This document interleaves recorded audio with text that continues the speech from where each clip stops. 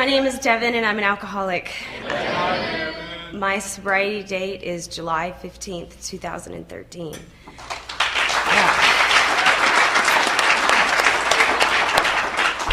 It still kind of shocks me that it's actually been over a year. And Shelley's absolutely right. You know, for a person who always tried to hide in the spotlight,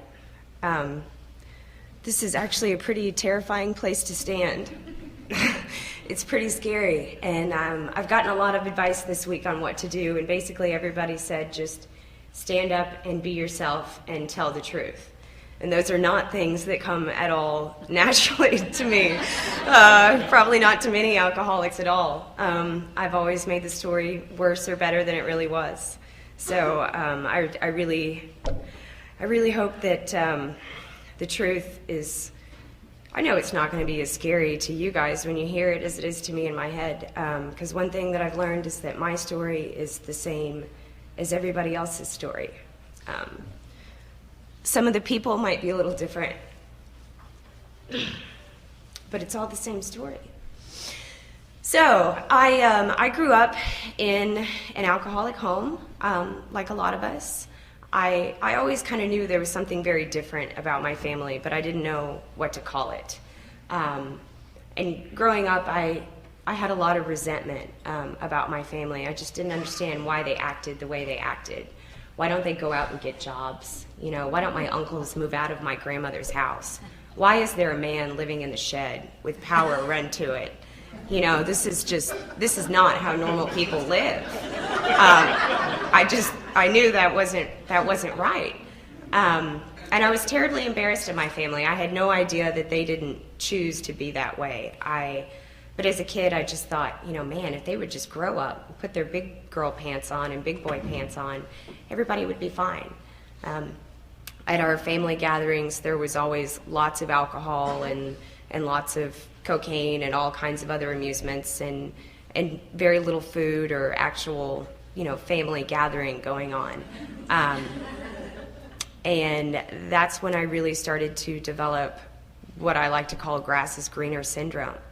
I remember being 5, 6 years old at these family functions thinking, you know, if I had just been born into a different family, things would be a lot better. You know, things would be a lot better. And that grass is greener syndrome stayed with me for a very, very long time. The other side of my family was just as nuts, but in a totally different way. They were very evangelical, Bible-beating Baptist. And to me, they were just as nuts as the alcoholics on the other side.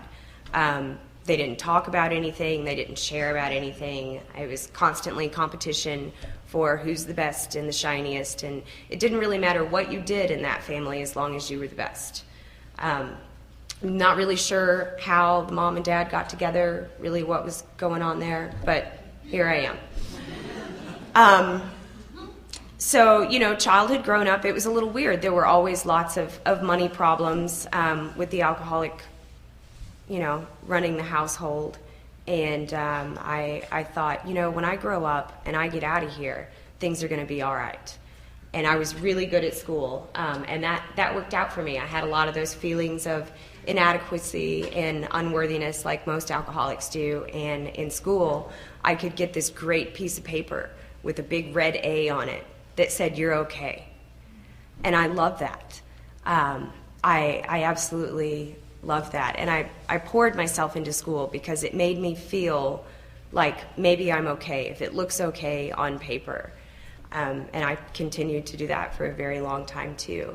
So I did very well in school. And I had lots of resentments, like I was saying, about my parents growing up. And I developed a lot of resentments really early too. I related to that speaker earlier. I got a serious bone to pick with Santa around 6. I asked for Barbie's Ferrari and Barbie's Dream House, and I got the white Ferrari. I didn't get the pink Ferrari. So I threw a fit, and I threw Barbie's Ferrari against the wall and smashed it. And I was being unfared upon by Santa and the whole rest of the world, and by God, by being born into that family. And it just was not fair.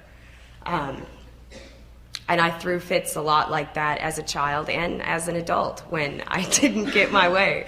That it's changed a little bit. I threw a fit yesterday actually in the yard, so it's gotten just a little bit better. But I was trying to put a tiller together, and it was like those IKEA type instructions where there's just pictures and no words, and I didn't understand. And so I threw another fit, and I threw it against the wall. But I think I might be able to repair it. Maybe. I don't know. Maybe I'll just take it back. We'll see what happens. So I was being unfared upon by God and by Santa as a young person. And, I've listened to a lot of speakers talk about when they had their first drink and how it felt and what it did for them. And I really don't remember when I had my first drink. I have memories of drinking in, middle school. I remember being at a slumber party, and I brought the Cuervo. Good stuff. Yeah, good stuff. And, about halfway through the night, all these other little chicks are throwing up in the bathtub. And I'm cool. I'm just drinking. And they're all puking. And I thought, well, that's odd, but I was having an okay time. The rest of the girls were really sick, and they didn't want to do that again. But the next slumber party, I was looking for, okay, who's bringing what? Because that's what we do with these things, right? Because I thought I had a great time. I didn't really have a great time. I just had that sense of ease and comfort. And I was so oblivious, really, to the fact that all the rest of those girls were really sick. And they didn't want to do it again. But I wanted to do it again. And I have some other memories of drinking with my family when I was younger. They were very sick people. They didn't want to be sick, but it was pretty common for my uncles to slip us drinks, and lots of sick things went on in that house. But I really don't remember. I don't remember the first one, but I always liked it. I snuck out of the house a lot in middle school and high school, and I was hanging out with older kids and going places I shouldn't have gone, with people I shouldn't have been with, putting myself in really dangerous situations with not a care in the world. I really had no idea how much danger I was putting myself in until much later. Now I look back on it and I think, what was I doing? But the effect was so elusive that it didn't matter. It didn't matter if I was hanging out with people I didn't like or doing things I didn't want to do to get the things that I wanted. It was okay, because that sense of ease and comfort was. I didn't get that from the big red A on the school paper. That gave me a little bit of fleeting satisfaction when I saw that. Okay, things are okay, but there was something about that feeling. I've described it to some people before. I felt like I was wound really, really tight all the time. And that was the only time I got to exhale, was when I took a drink. And I really enjoyed it. So I drank all the way through high school. I drank through college. And I didn't really start getting into trouble until I turned 21. I was underage one night in a bar and got something slipped into my drink. That happens when you go to bars alone in a big city. And I was found around 4 o'clock in the morning, beaten all to hell behind this bar. And that experience gave me the ammunition that I really needed to start drinking hard. I'd been victimized yet again, and I learned how to play that card so well. The little bird with the broken wing, poor is me, and I told those sad stories to everybody for a really long time, and they felt badly for me, and would kind of pat me on the head, and I would continue to tell those stories to myself so I could keep drinking. So after that night, I really just kind of got a case of the F-its, and I started drinking like I'd never drank before. I started using a lot of really hard drugs that I said I would never do. And I totally spiraled out of control. I got 3 DUIs within like a month. And, you know, the first one I got in my neighborhood. I never left my neighborhood. The second one I got coming back into my neighborhood, going to make a beer run at 7 o'clock in the morning. I grew up in Georgia where they don't sell alcohol all night, so you got to wait. You know, if it's after 2, before 7, you got to wait. So I was ready at like 6:49 to get in the car and go to the store. And I ended up like ramming the gate, pulling back into my neighborhood, and I came to in jail, and the airbag had broken my nose, and I was covered in blood, and I kind of came to in jail, and I realized that I had this airbag burn all over me, and, you know, first thought was, man, how am I going to get out of here? You know, what am I going to do? So I start calling people, and my girlfriend comes to pick me up. She's still one of my best girlfriends, but this time she came to pick me up from jail. You know, the second time she just bailed me out a few weeks prior, and I get in the car, and she's like, hey, you know, she gave me a bottle and a bump, and I said, you're the best friend ever. You know, I mean, that's just how diluted my thinking was. I was like, man, she gets me. She knows exactly what I need right now. And I go home, and the first thing I do when I get home is not thinking, you know, oh my gosh, how did I get in this situation again? None of those were my thoughts. I took my shirt off and put it in the sink and started trying to get the blood out. That was one of my favorite shirts. That was clearly the top priority, was to get the blood out of my favorite shirt. And then I start cleaning myself up, and I notice how badly I'd been burned by the airbag, and I had this huge scab on my chest. And I wasn't really sure, this is humiliating, I wasn't really sure if I had a nipple left because of how badly I'd been burned from the airbag. And for the next like 4 weeks, my predominant thought was, do I need plastic surgery now to even out my chest? Not how much trouble am I going to be in, what are you doing with your life, but am I going to be physically okay? Is my nose going to straighten out? Kept drinking, you know, got a few more DUIs, and started losing jobs. I couldn't seem to hold on to jobs. Somehow I'd finished college. I'm not really sure how that happened. And I was just bartending. I didn't have a real job. I wasn't using my degree or really trying to go anywhere or do anything. But my drinking was getting a lot worse, and it was getting a lot harder for me to show up on time sober. And most people kind of like that when you come into work not drunk. And I couldn't seem to do that anymore. So I started losing jobs, and thought, you know, if I could just like get some rich man to take care of me, then I wouldn't have to have one of those jobs anymore, right? Okay. How does one go about that? Well, I grew up in the information age where there's technology. And if you Google sugar daddy, you will find something.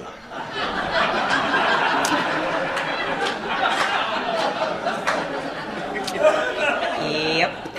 So that was my next career. Is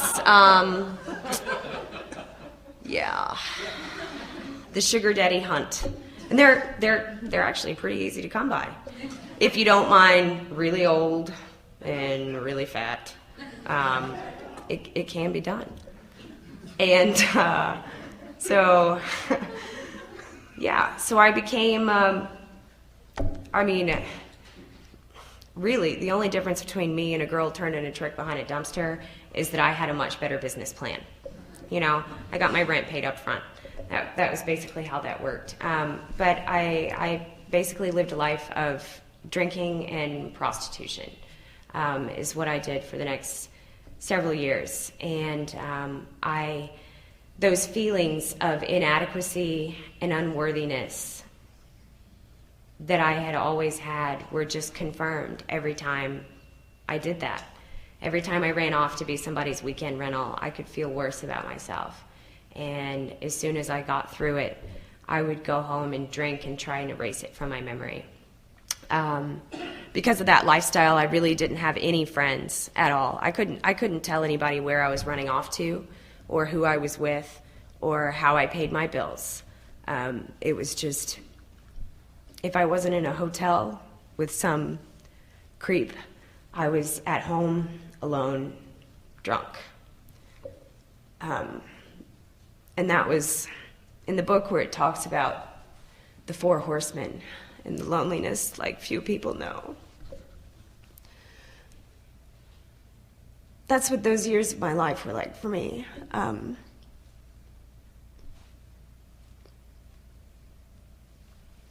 couldn't stand to look at myself in the mirror. I couldn't stand who I had become. The side of the family, the evangelical Baptists, I couldn't talk to them anymore. I couldn't let them know what I was. So I was living in Charlotte at this point. I'd done a lot of geographical changes. I grew up in Atlanta, and I went to college in Miami, and I moved overseas for a while, and it was just that grass is greener syndrome. If I can get over there, things will be better. I'll go to Miami. People are more fun there. It'll be better. I'll go overseas. It never got any better because I was the problem. I didn't know that at that time. So I just took the problem with me everywhere I went, and the surroundings changed. So at this point, a couple years deep in the sugar daddy adventure, and I had a kind of a technical job. I owned a travel agency, but I worked maybe like one day every other month, booking trips for people. It was really just kind of a ruse so I could tell myself that I did something worthwhile, but I didn't really make any money at it. I had business cards that said I did something, and I had a business phone that said I did something to try and justify it to myself. Again, because when I saw it on paper, it was like, okay, as long as I looked on the outside, all right, I thought eventually inside would match, as long as it looked okay outside. If I had the nice place and the nice car and the nice clothes and a business card, then nobody would really know what was going on in here. So at this point, I'm around 23 years old. I'm living in Charlotte, still doing the sugar daddy thing, sort of don't have a business that I pretend to run a couple days a year. And I found a guy that lives here in Branson that was looking for a weekend rental. And I wasn't really doing anything else and never been to Branson. I was really one of the only perks of that line of work is I got to go a lot of places that I probably wouldn't have normally gone. And I didn't really want to go to Branson. Really didn't want to go to Branson, but I didn't have anything else to do that weekend. So I came. And he picked me up from the airport. And I met this guy. And it was, I don't know what happened, but nothing ideal at all. But if any of you guys have ever gone to yoga class where you start and you say, namaste, the divine in me recognizes the divine in you. When we met, it was like the brokenness in me recognizes the brokenness in you. And we were stuck like magnets to each other. Week and a half later, I moved here, moved in with him. And the magic words when he picked me up from the airport was, he said, "You are too young and too beautiful to work for a living. Let me take care of you."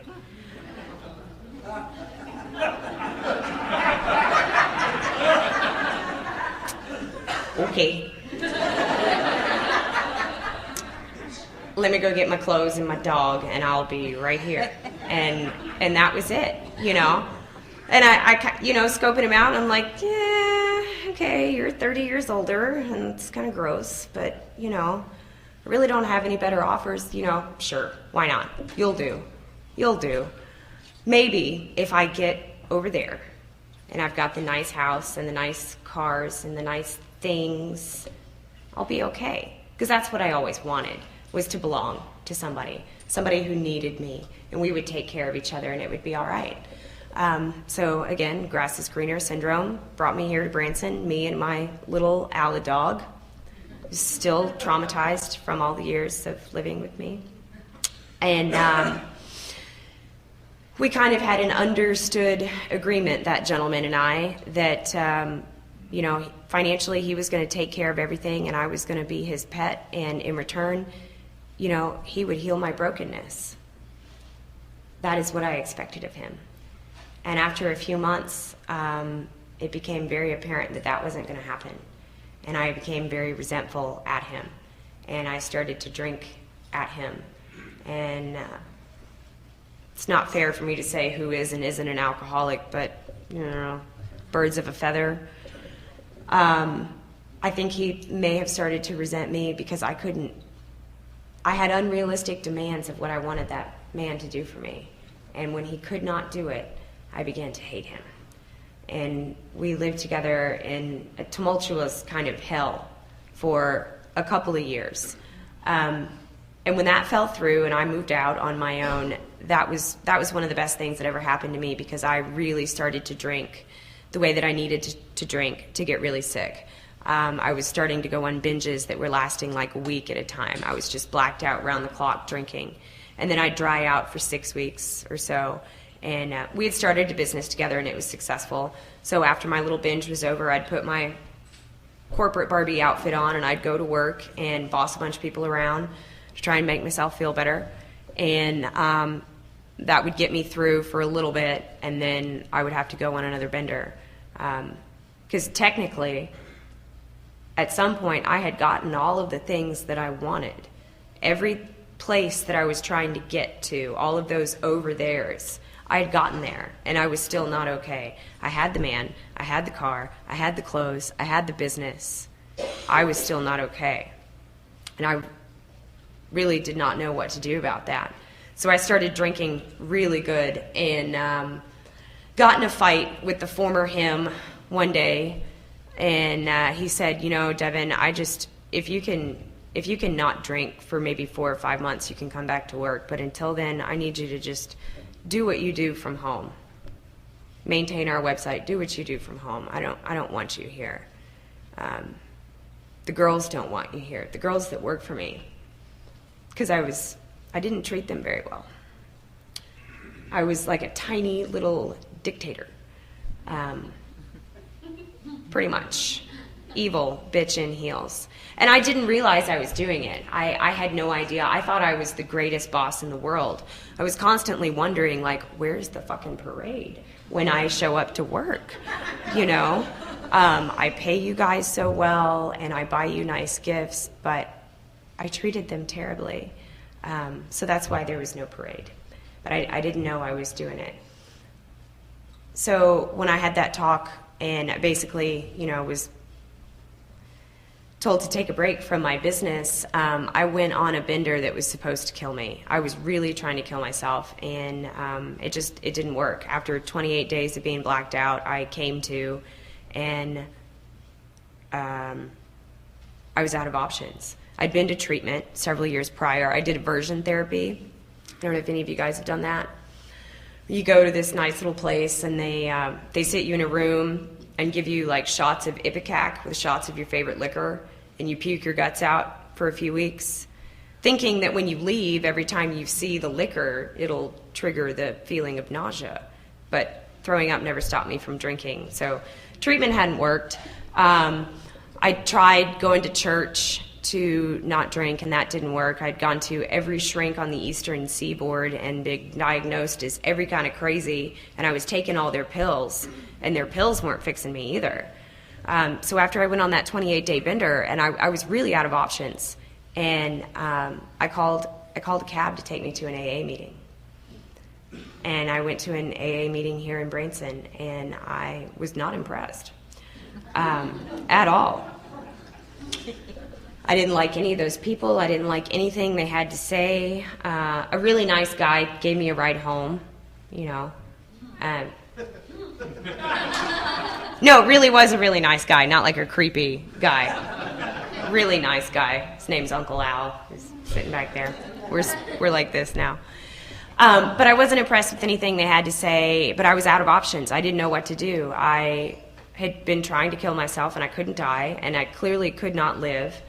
And I wasn't sure if I really didn't want to drink anymore, but I didn't have another option. So I went back the next day, and I saw this guy that I'd known for several years because he worked near my place of business. And honestly, he used to really, really annoy me because he was always so flippin' happy.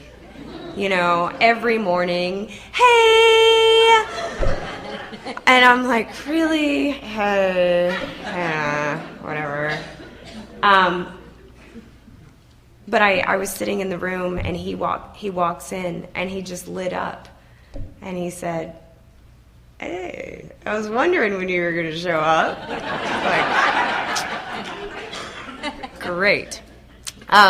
So he was the reason I kept coming back, because I wasn't really sure if I wanted what he had, but he had something a whole lot better than what I had. So I started going to meetings pretty regularly. I wasn't working, and the former him had come and taken my car, which I was thoroughly pissed off about. He took my car. I hadn't had a driver's license in 5 years, and it was his car that he paid for and he insured, but I'd been driving it, so it was mine. So I had no car, but I was going to meetings, getting people to pick me up, and I was reading the book, and I was thoroughly pissed off. Like Shelley was saying, I was very, very angry to be sitting in those meetings with you people.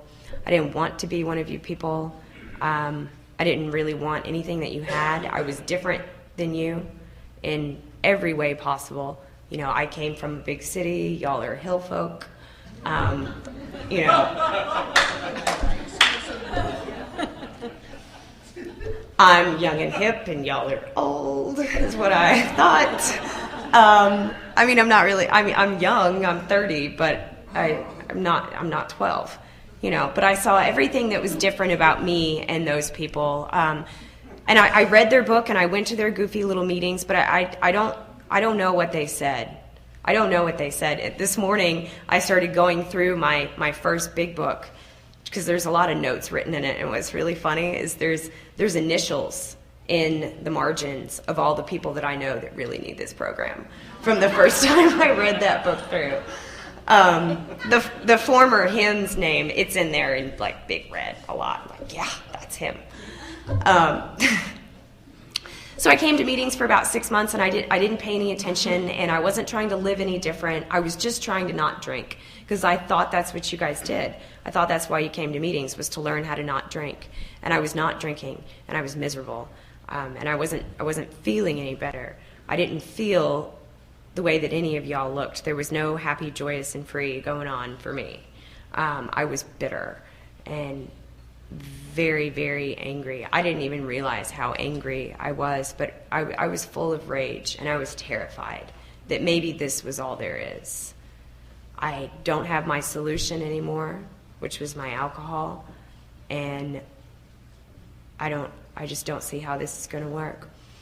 Kept going to meetings, and I thought, you know, maybe I should give that sugar daddy thing one more go. So I did.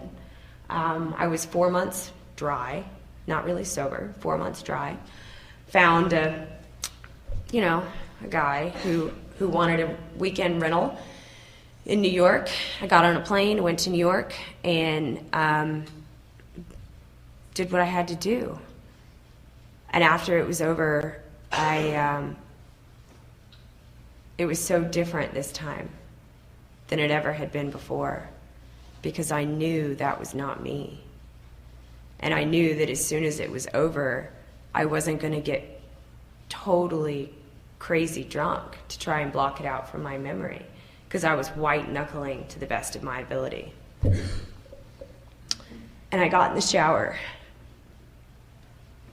and I prayed for like the first time in my life. I prayed. And I said, God, you have got to give me a way to live, because this is not working. And I got exactly what I prayed for when I took that next drink a couple months later. Because that was the drink that really brought me to you.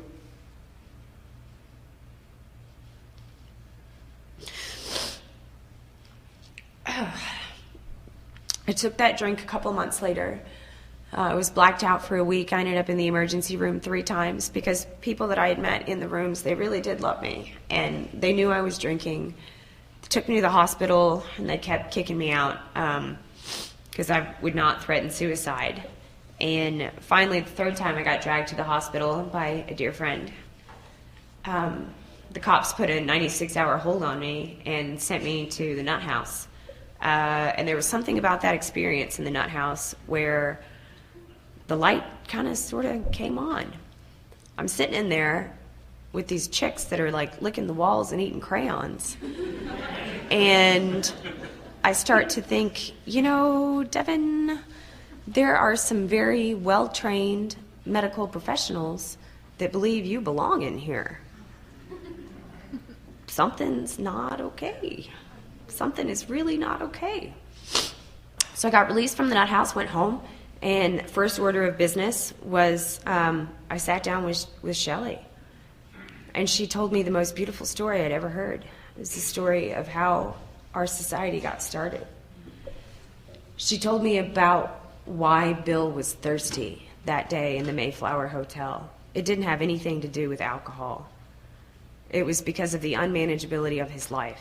Bill's life was going to get him drunk again that day, and that's exactly what had happened to me. It wasn't alcohol had triggered the craving, and once I took a drink, I couldn't stop. I kind of understood that point. Based on the amount that I drank, I knew that I couldn't just have one drink, but I never knew that alcohol was my solution and life was my problem. I didn't know that until Shelley told me. And she told me the story, and we started looking at it, and come to find out, my life had been unmanageable out of the womb, you know? And we put it all down on paper, and her next question was, Devon, how is not drinking going to fix any of this? And I said, oh, crap. It's not. Now what? Now what? Well, now we do step 2. And that's how it went. Like, oh, okay. But the humiliation for me of being in the nut house, I don't know why that affected me more than, you know, I spent 4 months in maximum security in Georgia, and that didn't really, it didn't make me think about not drinking. I drank for 8 more years after that, and losing relationships and losing friends, it was painful, but it takes what it takes for different people. I don't know what it was about that experience, but it was a major blow to my enormous ego that I was sitting there in the nut house, not allowed to have conditioner. You had to be conditioner approved, and I was not. I don't know if they thought I was going to eat it or what, but I was not allowed to have a conditioner or a razor blade or a toothbrush or anything. So I was beaten into a state of submission. And after that first day when I sat down and I heard the story and I really understood that life was my problem and I did not know how to live, I told my sponsor, I said, I'll do anything you say. I'll do anything you say. If you tell me to eat dirt, I'll go eat dirt. And that's what I did, and it actually worked. I just did what she said to the best of my ability. I wasn't always great at being totally honest. I'm still not great at that. Lied to Myrna a couple weeks ago, sitting down, chatting, lied right to her face. She called me out on it. She's like, that's not what you meant, is it? No, it's not.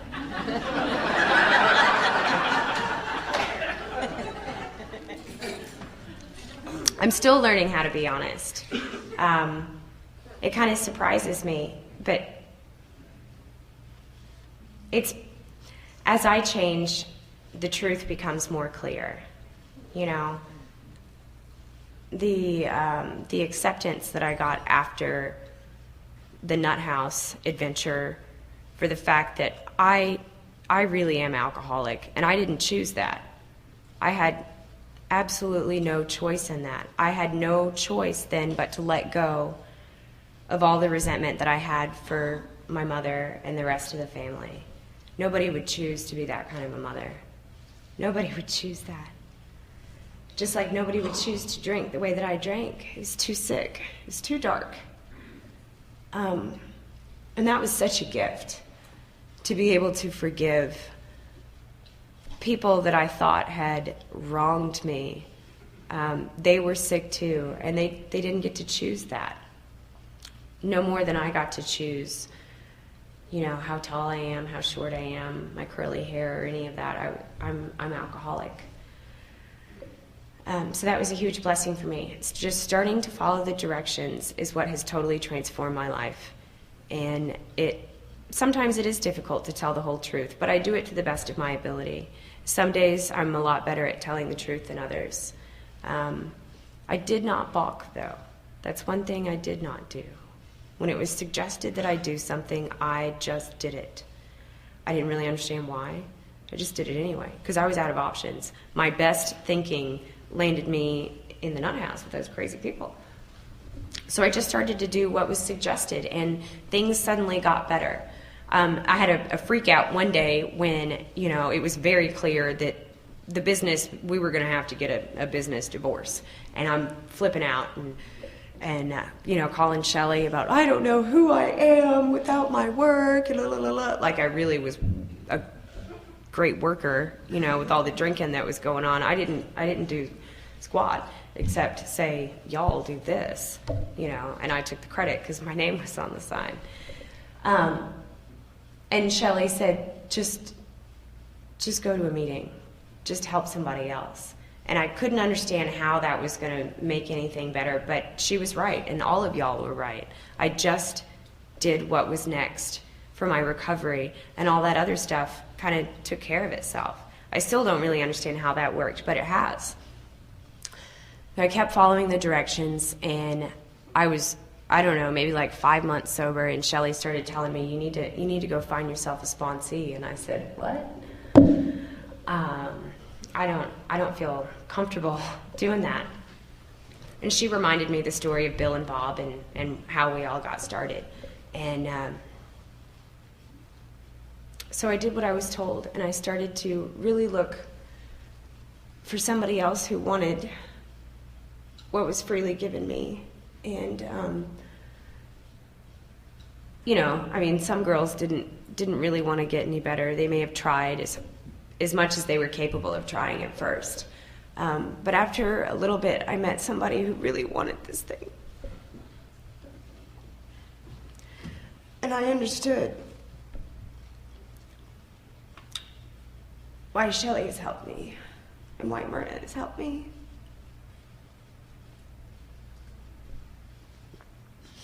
Because that was the greatest joy of my life.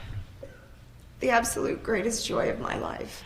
I used to think that the thrill I got from my business was the greatest joy of my life. Accomplishing some goal. But that wasn't it.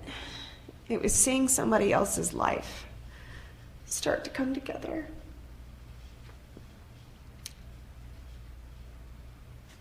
It gave me a feeling of worthiness that I had been looking for my entire life.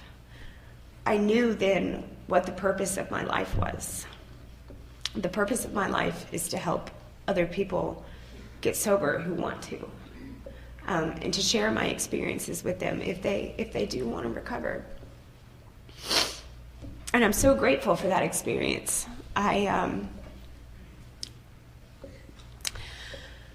I realized that everything that I had ever been looking for with the whole grass is greener syndrome, every place I was trying to go, everything I was trying to get was right here with you guys. Everything I ever wanted, the family that I wanted, that sense of belonging, I get all of that from you guys. And I'm so grateful. I'm so grateful that I don't feel like I have that grass is greener syndrome anymore. Everything that I've ever wanted is right here. I have the best friends that anybody could ever ask for. Most of them have been razzing me all morning. And I'm really grateful for all the unsolicited advice on what I should do. I'm sure I didn't listen to any of it. But I'm very grateful that everything I've ever wanted was right here. And somebody told me in the very beginning, you'll find everything that you want in these rooms, and I didn't believe them. I didn't believe them, but today the grass isn't greener anywhere else. You know, my cup runneth over. I'm so grateful. And I don't think I can say anything else without crying, so I'm going to stop.